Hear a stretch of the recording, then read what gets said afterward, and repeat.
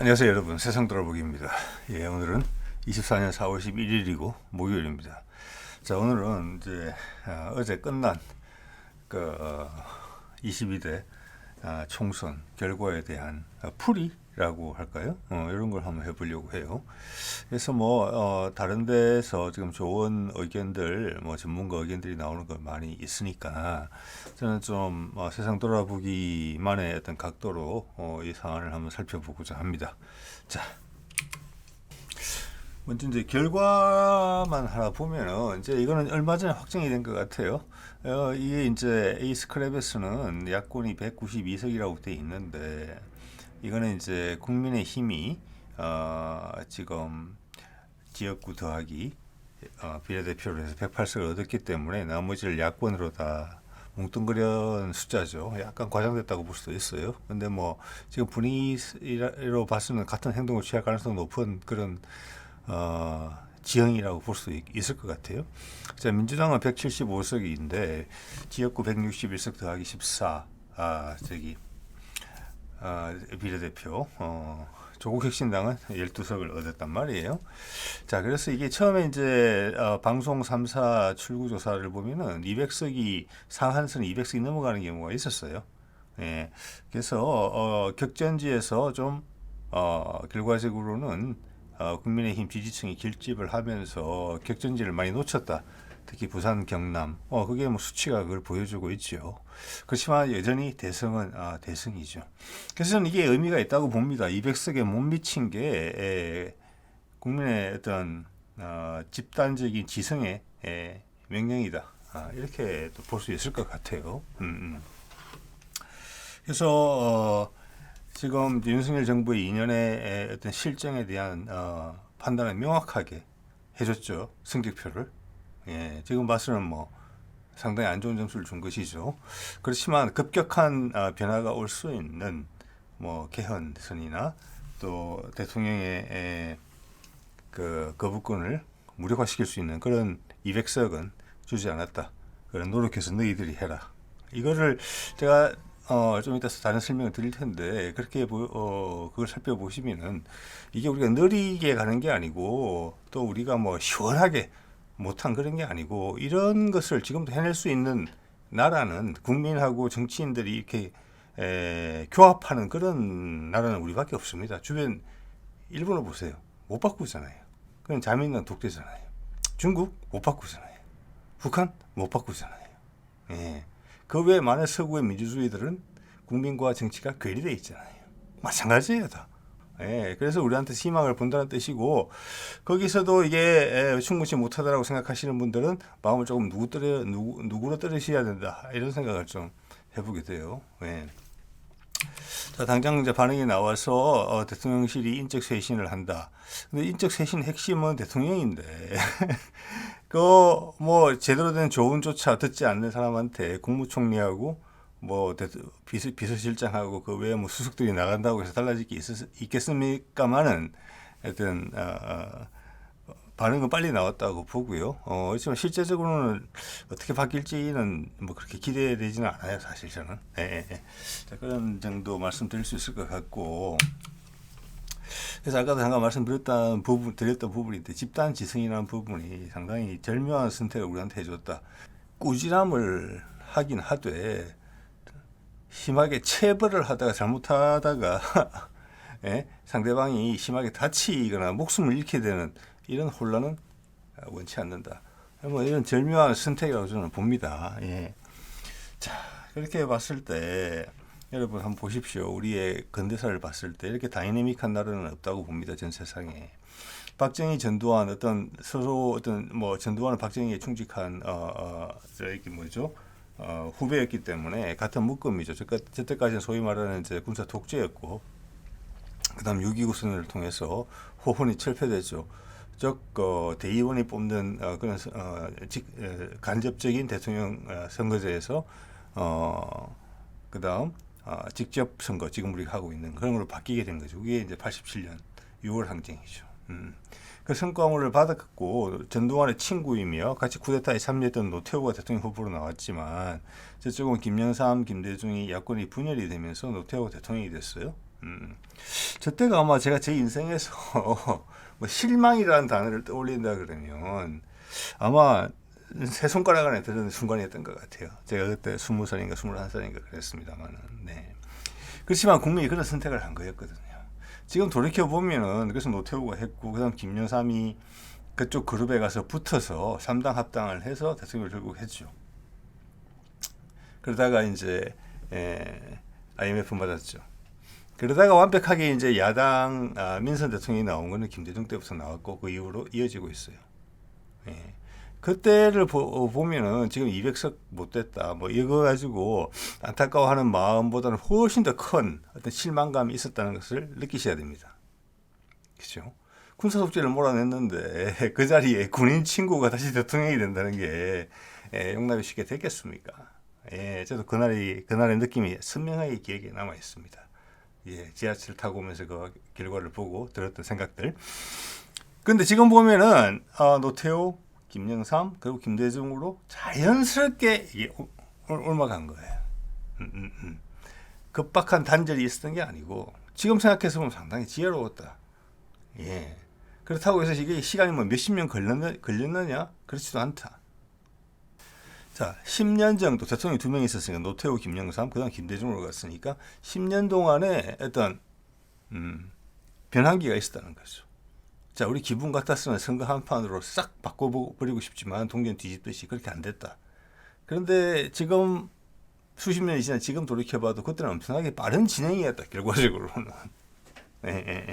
자, 그런 걸 생각할 수 있다. 이렇게 이제 생각이 되고요. 또 하나는 지금 제가 뭐 채널에서 드리는 말씀입니다만은 지금 한반도나 동북아 정세가 급물살을 탈 수가 있어요. 그런데 그런 변화의 흐름에 따라가기에는 지금 같은 구도가 오히려 낫다. 혼란을 오히려 막을 수 있다.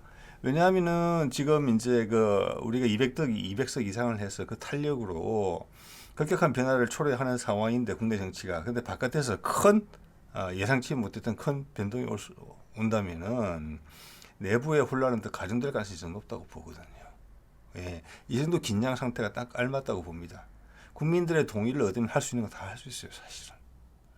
그래서 우리 국민들이 집단 지성을 통해서 지혜로운 판단을 했다. 결과적으로는 그렇게 본다는 말씀을 드리는 거고.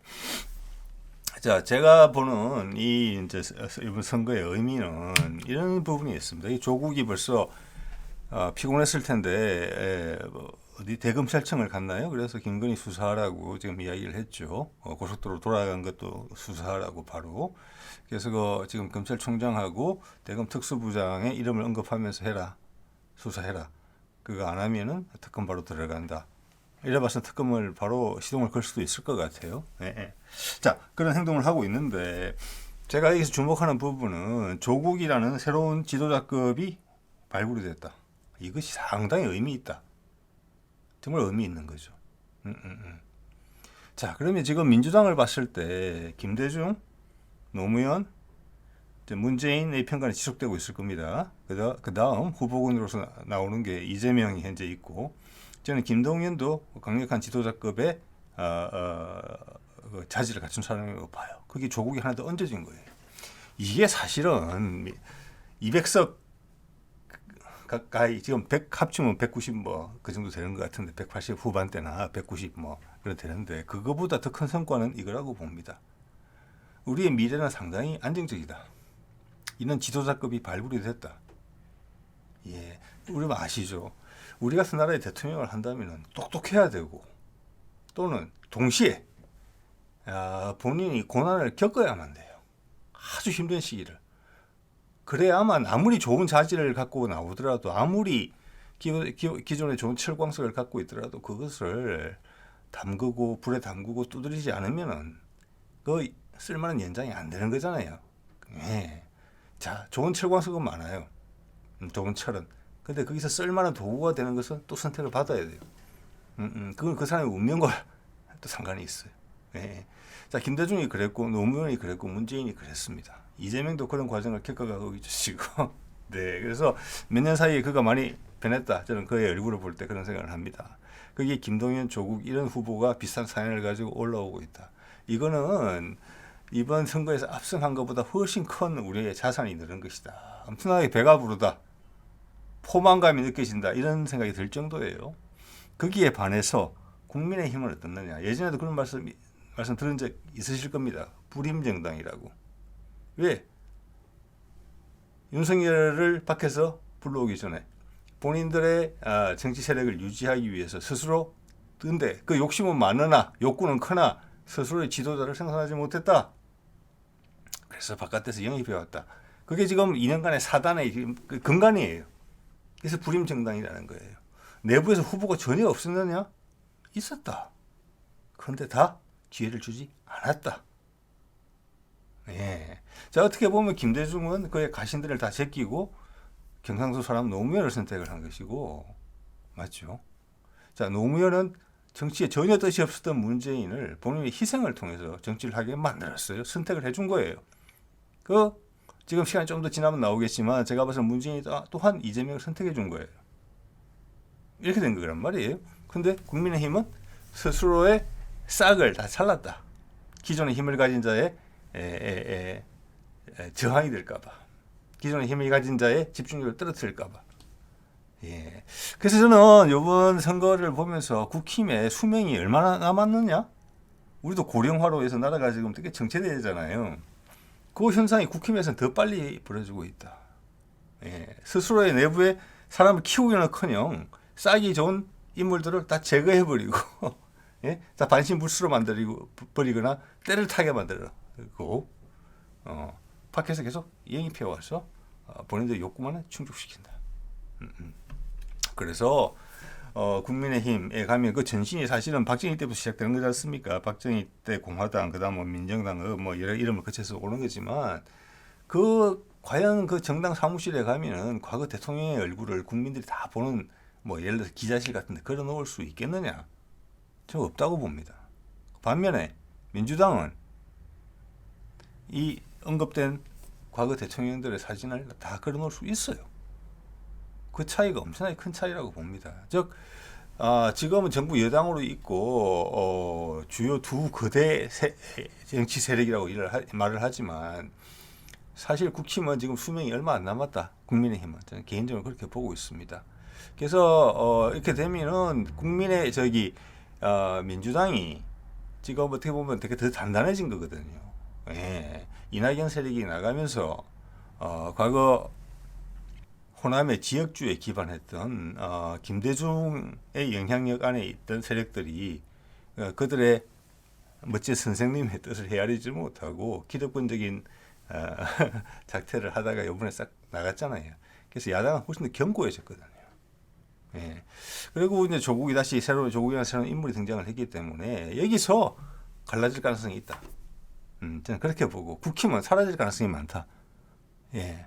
자, 몇 번의 국제적인 큰 변동이 있을 거예요. 남북 문제가 생긴다거나 이럴 때 국힘이 이것이 적절히 대응을 못하면은 어차피 지금 국힘이라는 것은 보수라는 이름을 걸고 있지만 찬찬히 뜯어보면은 보수자를 붙일 수가 없어요. 보수자를. 예. 그들은 특이한 이익 집단이에요.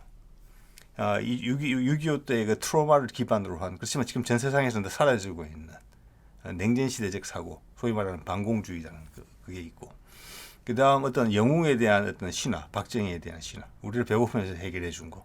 예. 그때는 이야기가 통했지만 지금 이야기가 통하지 않는, 그래서 고령층의 선명한 기억으로 남아있는 그거, 그리고 공산당에 대한 남북 전쟁에 있어서의 어떤 무비판적인 균형 감각을 상실한 어떤 고통의 기억.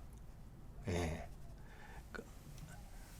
그리고 친일파가 상부에 있는 친일파가 생존하면서 일본으로부터 받았던 어떤 인수했죠. 우리나라의 어떤 핵심적인 이해관계를 거기다가 미국이 그걸 지원해줬고 이런 것들이 다 섞여 있는 세력이지 이걸 보수라고 부를 수는 없어요. 전혀. 그래서 그들의 수명이 얼마 남지 않았다 이런 생각을 한번 해보게 됩니다. 그래서 뭐 조국에 대해서도 보면은 윤여준이 이런 이야기를 했어요.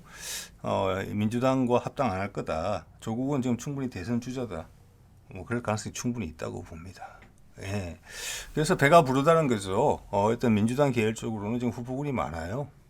예. 이재명, 제가 말씀드린 김동연, 그리고 이번에 조국이 부상했죠. 그림 그려지는 건 똑같아요. 똑같은 좋은 자세를 가지는 사람들인데 한번 달구어져야 돼요. 불 속에 들어가서 두드려 맞고. 그러면서 너 진짜 하고 싶으냐? 하고 싶다. 그러면 자기 에너지가 폭발되는 거죠. 그 순간을 조국은 맞이했다고 보고 국민들이 그걸 놓칠 리가 없다고 봅니다. 자, 국민의힘의 이준석도 살아 돌아왔기 때문에 국민의힘이 분열을 하게 되면 거기서 일정 정도의 세력을 확보할 수 있겠지만 우리가 지금 목도해 왔던 우리 지도사상을 부응하기에는 좀 부족하다 아직은. 그렇지만 조국은 충분히 그런 여건을 가지고 있다 이렇게 볼 수 있겠고 이 조국과 현재 민주당이 어떻게 하느냐에 따라서 구도가 다양해질 수가 있다. 그게 국민의힘이 사라지게 된다면은 그 두 세력이 분화될 수 있다. 확대되면서 그렇게 되면은 제대로 된 정치 지형이 딱 정치적 성향만 다른 우리의 피를 빠는 세력과 뭐 옳고 그런 세력들의 합이 아니라 옳은 세력들 사이에 다른 취향 이런 것으로 분화될 가능성이 있고 상당히 정치가 안정하게 된다. 물론 그것도 시간이 많이 지나면 또 퇴락하겠지만 일단 우리 삶에서 우리 인생에서 그런 고비를 한번 볼 수는 있다. 그러면 그런 고비를 극복하게 된다면은 상당 기간 동안 우리 생이 다할 때까지 여러분의 제 생이 다할 때까지는 상당히 안정적인 모습을 유지하지 않겠는가 이렇게 생각을 해봅니다. 자, 이건 뭐 좀 전에 제가 이준석 이야기를 드렸고요. 얼마나 수명이 기회는 한두 번 부여받을 것 같습니다만은 본인이 변신하는 그 속도하고 그가 받을 고통의 크기가 클수록 크게 성장하는데 그러기에는 이제 좀 시간이 짧고 나이가 아직 좀 작지 않느냐. 그리고 좀 큰 변화가 다가올 시간이 촉박하기 때문에 그는 충분한 시간을 갖지 못할 가능성이 높다. 이런 생각을 좀 해요. 자, 오늘의 주제와 가장 비슷한 게 이거죠. 이 태극기 부대인데, 자, 보면은 우리 부모님 세대에 이런 분들이 계실 수도 있고, 우리 주변에서 삼촌이 그럴 수도 있고, 뭐, 형제간에 그럴 수도 있고, 그렇잖아요. 자, 이분들이 어떻게 보면 우리의 일원이거든요. 뭐, 보수, 진보, 좌파, 우파 이런 걸 떠나서, 그래서 그분들이 어떤 생각을 가지고 이번 선거 결과를 살펴보는지 상당히 유용하다고 봅니다. 우리에 대한 이해를 넓히는 길이거든요.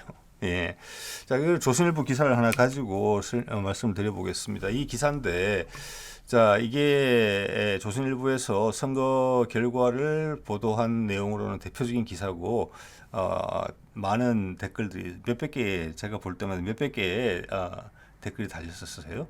자, 거기서 대표적인 것들을 몇 개 추리면서 그분들의 시각으로 정치 결과를 보면서 거꾸로 그분들을 이해하고 국민의힘을 이해하는 우리의 정치 구도를 이해하는 그 어떤 오류들이 있는지에 대해서 그리고 이런 생각들의 수명이 얼마나 길 것인지에 대한 그런 것들 그런 여러 가지들을 생각해 볼 수 있을 것 같아요. 그래서 제가 그 대표적인 걸 몇 개 추렸고요. 그걸 하나하나 보면서 잠깐 제 생각을 말씀드려 보도록 하겠습니다. 자, 이런 것이 요게 가장 전형적인 우리가 이제 많이 생각하는 태극기 부대에 약간 종교적인 색채까지 좀 입혀져 있잖아요. 기독교 약간 근본주의적인 성격이 결부되어 있는 거 부인하기 어렵다고 봅니다. 그래서 그거 한번 읽어볼게요. 제가 하나님께서 개헌 저지선을 지키도록 해주셨구나. 이제 나라가 공산주의로 흘러가는 것을 겨우 막을 수 있겠다. 제발 국민이 싫어하는 것을 하지 말자. 종북 좌파들이 나라를 공산화하려 하는 것을 알지 못하는 우매한 국민들이 야당을 찍어준 것은 대통령이 잘못하고 있기 때문에 정권 심판론이 먹혀 들어간 것이다. 자, 기독교 근본주의하고 어떻게 보면 이제 우파, 어떻게 보면 또 약간 고령 이런 게 이제 결합된 그런 형태로 보이는데 우리가 잘 볼 수 없었던 단어들이 이제는 시대에 뒤떨어진 단어라고 봐지는 게 방심이 아니라 그게 공산주의와 종북 좌파라는 단어들이 나오는 것이고 이런 것이 있으니까 한동훈이 자기 세력을 결집하려고 할 때 그리고 윤석열이 그들의 세력을 결집하려고 할 때 쓰는 단어들이 여기에 있다. 종북 좌파. 그런데 지금 봐서는 지금 65세 정도, 요번에도 보니까 뭐 65세 남성, 60대 중에서도 65세까지의 남성, 생체 성향이 그 윗대랑 많이 다르다. 당연히 그러리라고 봅니다. 65세면 어떨 때냐면은 광주 5.18이 발생했던 1980년대 그때 아마 청년이었던 사람들이에요. 청년. 저는 68년생이니까 그때 중학생, 요렇게 초등학생, 중학생 이렇게밖에 안 됐거든요. 예. 자, 그때부터는 다르다는 거예요. 그들이 체험한 게. 예. 그래서 65세부터 달라지는 거예요. 엄격하게 달라집니다. 그럼 다음 선거 때는 70세까지가 달라져요. 그들은 안 바뀌어요. 그들이 이런 식으로 표현을 쓰는 단계로 바뀌지도 않고 세상은 갈수록 이런 거가 옅어지는 거거든요. 이분들은 마지막 줄을 잡고 계신 거라고 저는 봅니다. 그래서 다음 세대에 되면, 다음 선거가 되면 뭐 지방선거 이런 거 말고 대선만 되더라도 68세, 70세까지 그 영향권에 들어올 거예요. 그러면 65세까지는 여성들도 달라질 거예요. 이제는. 예. 그러면 그러다가 다음 선거 한 번 더 하면은 70대 중반까지예요. 그러면 인구가 급격하게 줄거든요. 인구 비율이. 자, 그럼 고령층이 되면 선거 또 투표 비율은 높아져요. 투표율은. 자, 그렇게 되면은 국민의힘이 지금 같은 색깔을 계속 유지한다면은 생존하기 어렵다는 겁니다. 제 이야기가. 예, 그 밑에 계층 완전 다르거든요. 제가 60이 넘고 65세가 되는 거예요. 한 5년, 10년 있으면. 네. 그 바뀔 것 같아요? 여러분 안 바뀌실 것 같잖아요. 여러분 스스로도. 자, 그래서 이게 국민의힘이 어떤 유기체라는 생명체라고 봤을 때 그때 수명은 참 짧다. 그리고 새로운 지도자들이 등장하면서 본인 그 갈등을 겪으면서 내부적으로 바꿔지고 색깔이 달라져야 되는데 그게 전혀 안 되고 있다. 불임 정당이기 때문에. 즉 이 말은 그들은 안 변하고 있다는 거예요. 아까 말씀드린 여러 가지 섞인 것들이 있죠. 그거 안 변하고 있고 그냥 빨대 꼽는 도구로 전락해 있어요. 그러니까 국민들에게 마음에 다가갈 수 있는 마음과 접점이 되는 그런 지도자들이 나오지가 못해요. 그죠? 그러니까 인기 영합적인 외부 인사를 데리고 와서 대통령을 삼는 거잖아요. 그 백종원 이야기까지 나왔던 거잖아요. 지난번에. 예. 그리고 수명이 얼마 안 남았다는 거예요. 지금. 네. 그래서 지금 이런 분들은 어떤 6.25나 이런 것을 경험하셨던 분들이라고 봅니다. 그래서 그 트로마가 있다. 다른 무엇보다도 그게 앞서 있다. 이분은 상당히 합리적으로 말씀하셨어요. 대통령이 잘못했다고 이야기를 하고 있으니까. 그렇지만 대통령이 웬만한 잘못을 하더라도 그것은 수용이 된다. 왜? 빨갱이 나라가 되면 안 되는 거니까. 거기에 대해서 많은 것을 양보한다는 거예요. 오히려 강하게 해야 된다고 이야기하는 거죠. 그게 다른 세대들의 정서와 맞지 않는 것고 시대의 흐름과 맞지 않는 것이고 우리가 쌓아 올린 지난 수십 년간 고통 속에 쌓아 올린 우리나라의 민주주의를 결국은 부정하게 되는 거고 우리가 쌓아 올린 그 민주주의는 우리 민초들이 수천 년 동안 쌓아왔던 이거예요. 당군 할아버지부터. 네. 그걸 결국 부인하게 되는 이런 이제 오류가 생성되게 되는데 시간도 얼마 남지 않았다는 거죠. 네. 자, 그리고 이런 것도 비슷한 겁니다. 나라를 공산화하려고 했던 공산당원 문재인이 저지른 악행이 많은데도 제대로 처리하지도 못하고 무능한 검사들만 투입시켜 간보기나 하다가 아무것도 한 것 없이 하세월만 보낸 윤석열 대통령. 적에게는 아무 말도 못하고 정작 아군들에게는 온갖 얼음장을 놓던 이것도 저것도 아닌 윤석열에 대해 많은 보수들은 실망이 컸던 것에 대한 결과일 뿐이다. 자, 이 댓글들을 보면은 윤석열에 대한 실망이 많이 녹아 흐르고 결국은 투표를 안 했다 이런 이야기도 종종 나오더라고요 보니까. 근데 이게도 똑같죠. 좀 전에 보여드렸던 내용이랑 공산당원 문재인. 제가 공산당원을 해치우기 위해서는 무리수를 두더라도 전혀 상관이 없다는 시각이 강하게 투영돼 있어요. 예. 그렇기 때문에 지금 그 윤석열의 어떤 행태에 대해서 독재라는 이야기까지 나오고 많은 국민들이 공감을 했기 때문에 심판을 받은 거잖아요 이번에. 예? 근데 그게 부족했다고 이야기하잖아요. 그렇죠? 자, 이런 게 이재명, 문재인에 대한 어떤 암살 시도로 이어질 수 충분히 있었던 거거든요. 예, 빨갱이로 보는 거예요. 적으로. 예. 자, 뭐 쉽게 말해서 이런 거죠. 빨갱이들 다 쏴 죽여야 돼. 이런 거죠. 예. 자, 그 다음 볼까요? 과거 대한민국 국민이 범죄 혐의자 및 도덕 파탄자에게 표를 몰아주는 것이 민심인가 천심인가? 법도 도덕도 양심도 파괴된 대한민국 국민 여러분, 어떻게 윤석열이가 밉다고 법과 도덕 양심까지 파괴합니까? 자라나는 아이들 보기가 정말 부끄럽고 몸둘 바를 모르겠다. 대한민국이 암울하여 조의를 표하는 바입니다. 자, 이 범죄 혐의자라고 말하는 것은 제가 봐서는 조국을 이야기하는 것 같고, 도덕 파탄자는 아마 이재명을 이야기하는 것으로 제가 추정을 합니다. 예. 자, 이걸 보면은 자, 여러 가지 혐의가 있죠. 혐의가 있고 뭐 재판이 진행 중이고 그렇잖아요. 그런데 제가 이제 이분들을 보면은 뭐가 부족하다고 보느냐면은 균형 감각이 부족하다고 봅니다. 예. 이러면서 지금 누구도 이 댓글을 제가 뭐 한 100개 이상은 받지 않겠습니까? 누구도 김건희에 관련된 비리를 조사해야 된다는 이야기는 전혀 없어요. 김건희 비리조차 이야기가 없어요. 김건희 이야기 자체가 별로 없어요, 사실은. 예. 그래서 엄청나게 공주 대접받고 있어요. 이게 그들이 가진 어떤 시야의 어떤 왜곡 현상이에요. 네. 그러니까 누구는 이쁘고 누구는 안 이쁘고 이런 거예요. 지금 윤석열은 안 이쁜 쪽에 들어간 거예요. 지금 이미.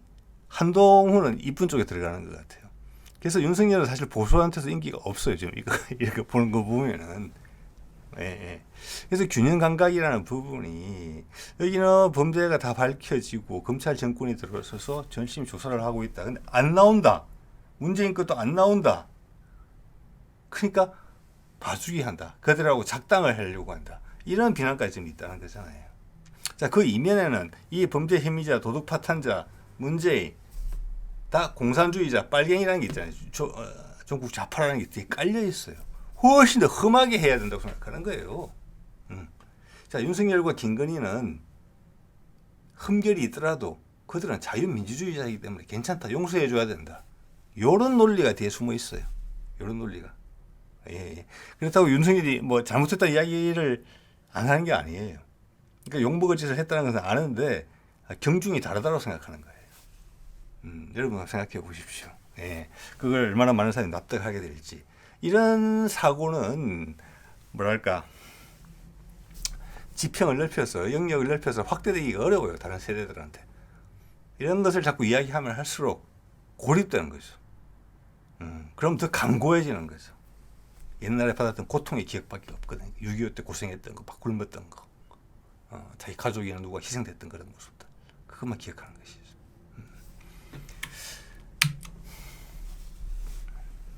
또 이거 약간 다른 각도인데 윤석열과 국힘의 몰락을 넘어서 이건 조선일보의 몰락이다 이렇게 표현했어요. 그렇게 TV고 신문이고 유튜브고 선거 기간 내내 노골적으로 국힘 여당을 밀어줬는데 이건 사실이라고 봅니다. 이 정도로 개박살이 났다는 것은 이제 조선일보의 영향력이 우리 사회에서 거의 없어졌다는 소리임. 솔직히 뉴미디어 시대에 틀본의 뉴스 공장보다도 영향력이 없어 보임. 네. 틀본의 뉴스 공장 이거는 지금 김어준을 이야기하는 것 같죠. 자, 이런 이야기들이 있었고 이거는 이제 시대의 흐름을 어느 정도는 이제 보는 눈을 가지고 계신 분이 적은 글로 보이죠. 자, 이게 조선일보의 몰락이다. 예, 그들도 지금 태세 전환을 좀 해야 되겠죠. 왜냐하면은 선거 한 번 졌다고 뭐 조선일보가 오래 가겠습니까? 정치인이 오래 가겠습니까? 조선일보가 오래 간다고 생각하고 있을 겁니다. 예. 그래서 선거 한번 결과 가지고 태세가 뭐 바뀌고 그럴 것 같지는 않지만 다른 게 아니라 그들의 구독자층이 갈수록 얇아진다는 거죠. 고령화되고. 예. 자, 젊은 친구들이 20대가 여당 지지가 제법 있는데 그들은 나이가 들어서 경험이 쌓이게 되면은 지금 우리의 교육 환경이 많이 바뀌어져 있거든요. 예. 그래서 그들은 정상으로 돌아올 가능성이 많아요. 근데 이 고령층은 갈수록 숫자가 줄어들 거란 말이에요. 그러니까 65세 말씀드렸잖아요. 그 65세가 70세가 되더라도 정치적 의견은 안 바뀌어요. 그 이후로는 쭉 안 바뀌어요. 예. 그들은 그 어목한 80년대에서 자기 70년대 말부터 80년대를 거치면서 자기 힘으로 우리나라의 민주주의를 만들었다고 생각하는 세력이에요. 행동으로. 그런 경험을 한 사람은 지금 전 세계 살고 있는 뭐 60억, 70억 사람들 중에 몇 명 없어요. 네. 자, 그거 안 바뀌죠. 조선일보의 기반이 되는 구독자가 자꾸 떨어진다. 영향이 떨어지는 거고 그 외에 새로운 미디어가 생겨서 경쟁자들은 훨씬 더 많아진다. 예? 자, 그게 어떻게 보면은 국민의힘의 미래가 그들은 또 지금 당 내에서 후보를 생산하지 못하고 밖에서 또 데려와야 될지 몰라요. 그럼 그만큼 또 더 낡아지는 거예요. 낡아지는 거예요. 근데 그들의 기본적인 굳건한 디딤돌이 되어졌던 이런 댓글을 쓰신 이런 분들 숫자가 자꾸 줄어들어요. 채워지지가 않는 거죠, 더 이상.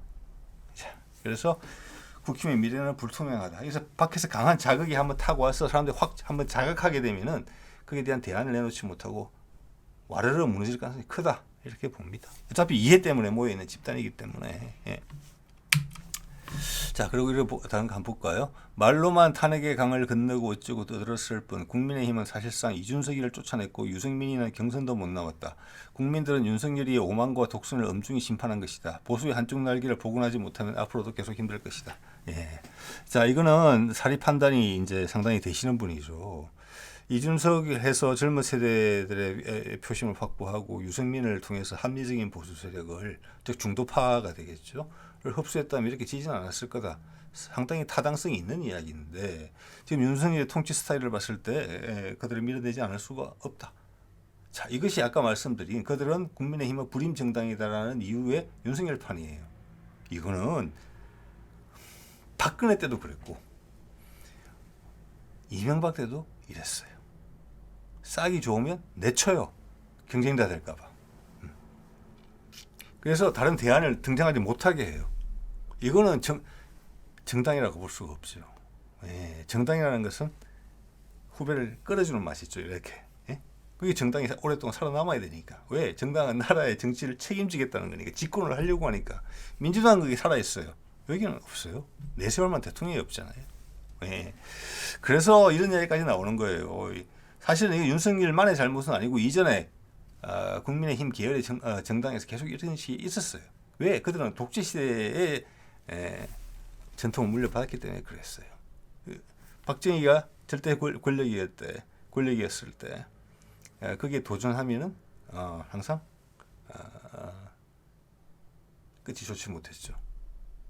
그런 전통이 이어진다 이렇게 볼 수도 있어요.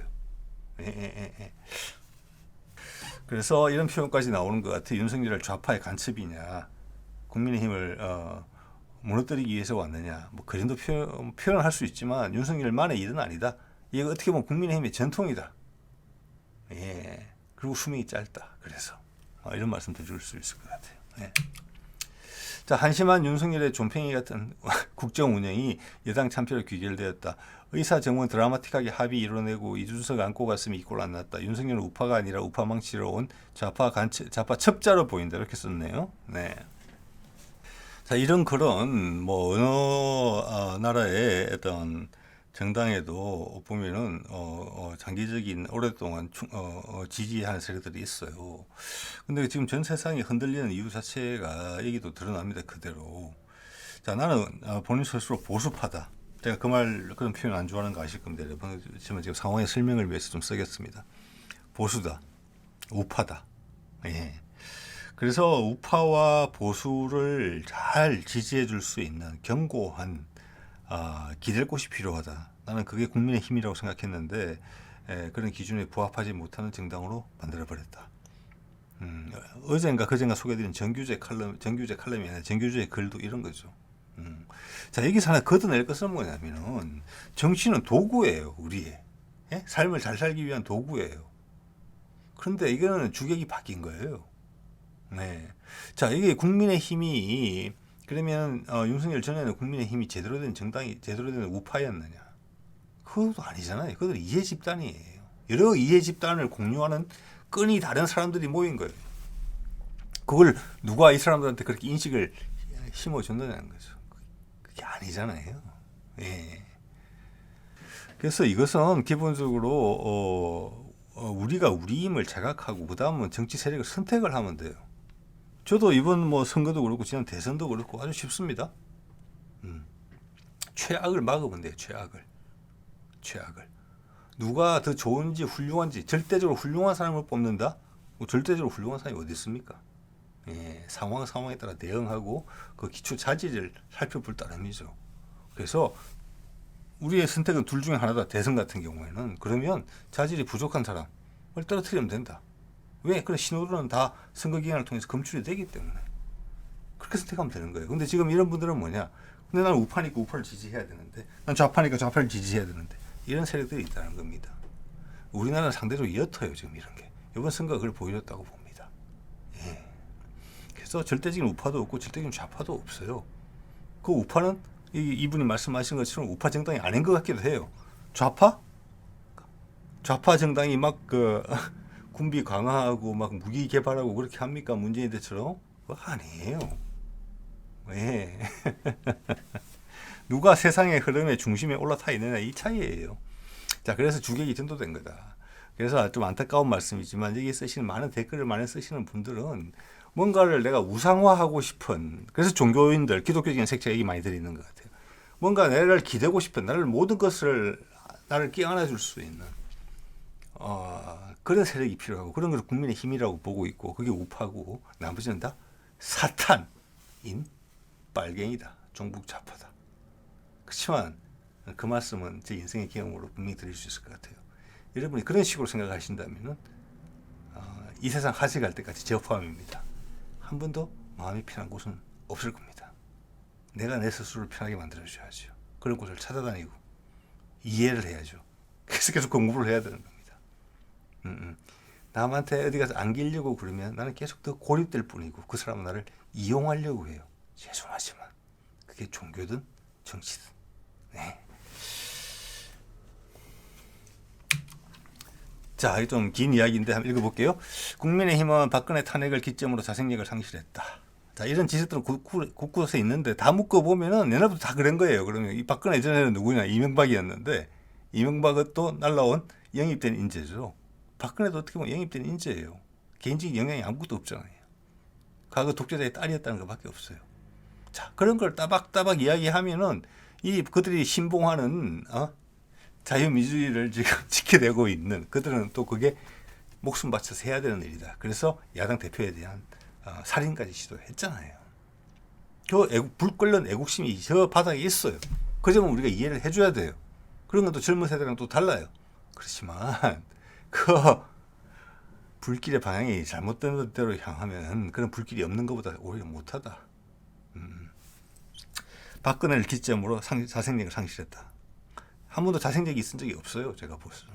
용병이라고 표현하네요. 윤석열, 한동훈을 데리고 와서 반짝했으나 결국 모래성을 쌓았던 거. 제가 말씀드렸죠. 이런 게 계속 반복되고 있다고. 속수무책. 유권자 성향과 정치 구도상 좌측으로 기울었어. 좌파들은 이 좌측이라는 것이 여기서 말하는 것은 세상의 중심이라는 걸로 저는 해석이 돼요. 예, 세상의 변화의 흐름에 가운데 올라타고 있고 이들은 바깥으로 밀려나고 있어요. 그렇게 해석할 수도 있어요. 좌파들은 3, 40년간 와싱 상담, 절치부심, 선거 영토를 차곡차곡 늘려왔으나 우파들은 게을렀고. 자, 아까 그래서 후보를 말씀드린 겁니다. 김대중이라는 대통령이 나왔고, 노무현, 문재인, 이재명이 지금은 뭐 도전하겠죠. 대권에 가능성이 많죠. 그들은 겪을 만큼 겪은 다음에 대통령의 자질을 검증받았고 스스로 쌓아 올렸어요. 그 외에 제가 아까 김동연, 조국 새로운 후보군들이 올라왔다고 말씀드렸죠. 그런 것들이 여기 발생하고 있지 않다는 거예요. 자생력을 상실했다는 게 옛날부터 그랬어요. 여기는. 그래서 계속 외곽으로 밀려나가는 거예요. 이번에 그런 면에서 큰 이정표가 찍혔을 거예요.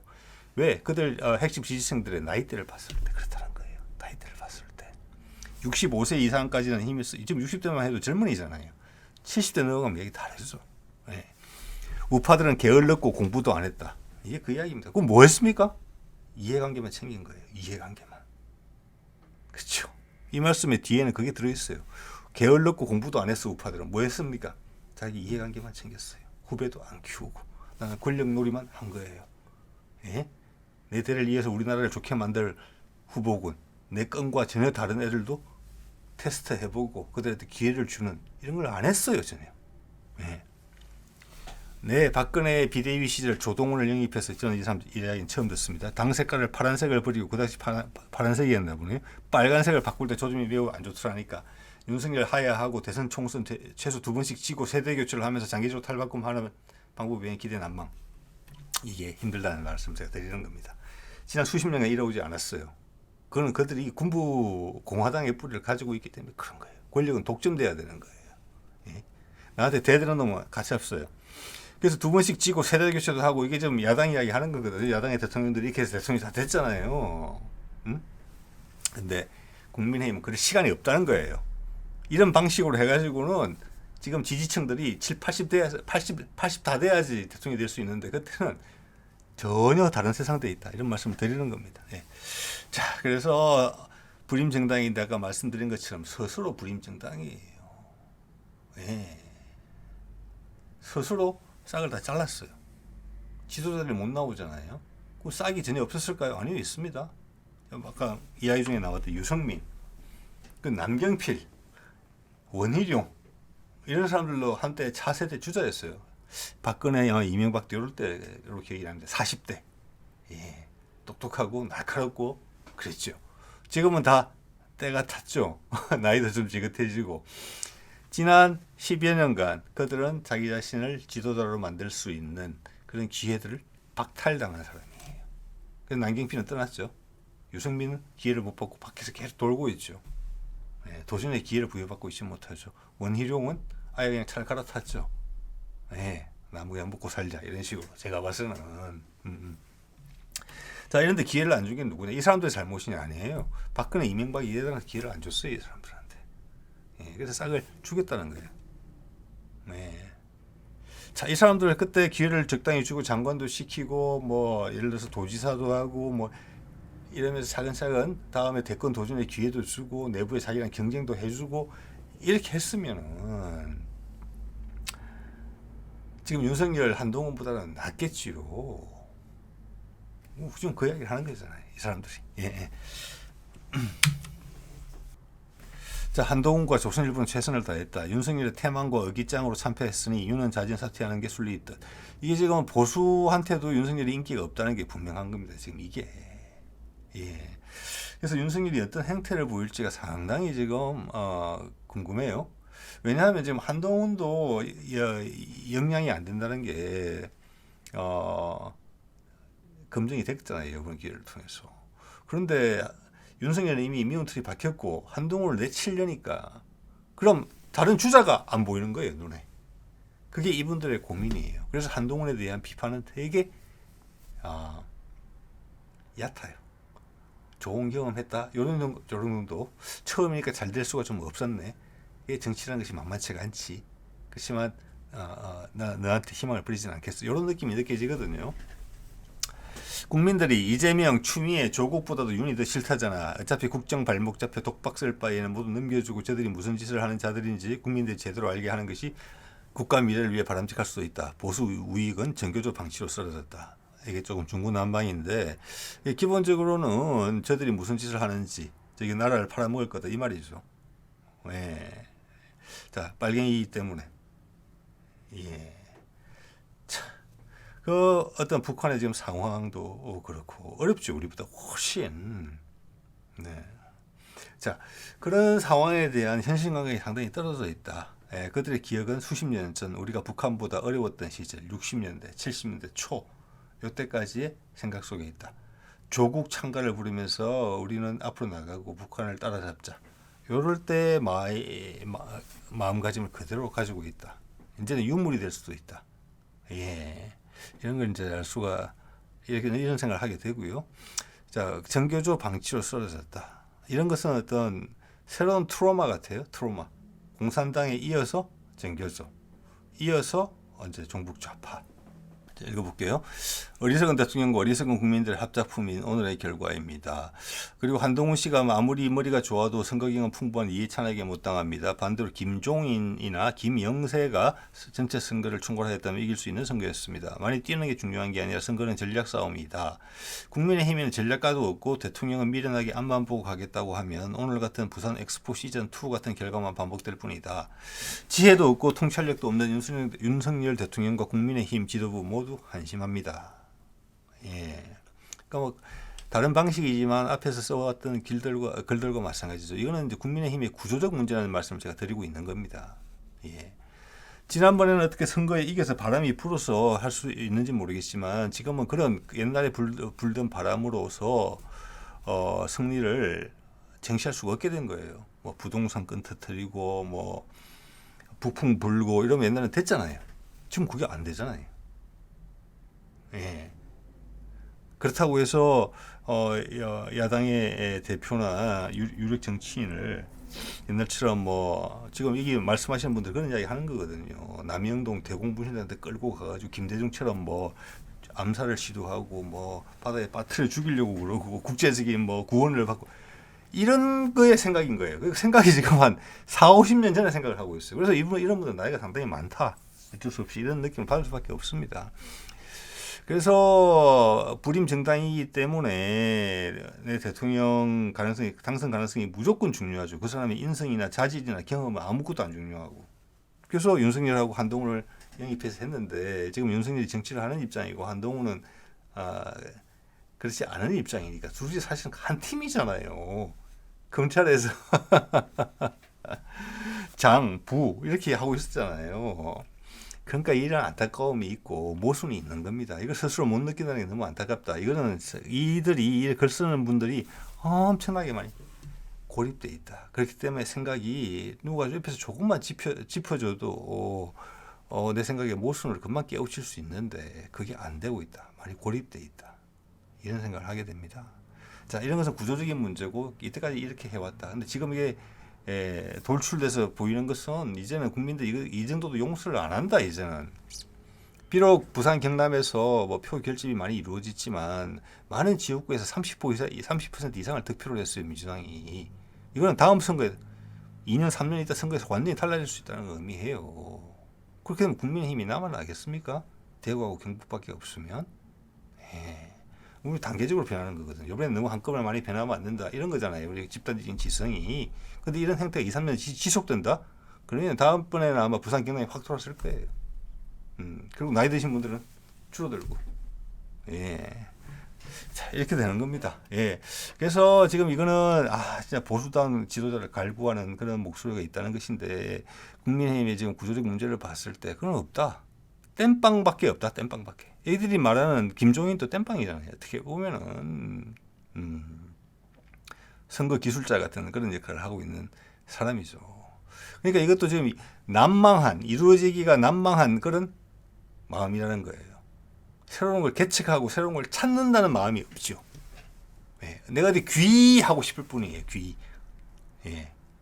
그건 그렇지 않죠. 내가 만들지 않으면 주어지지 않죠. 그게 가장 큰 차이라고 봅니다. 내가 뭘 만들어야 돼요. 이게 아니다 싶으면 액션을 취해야 돼요. 다른 방향으로. 네.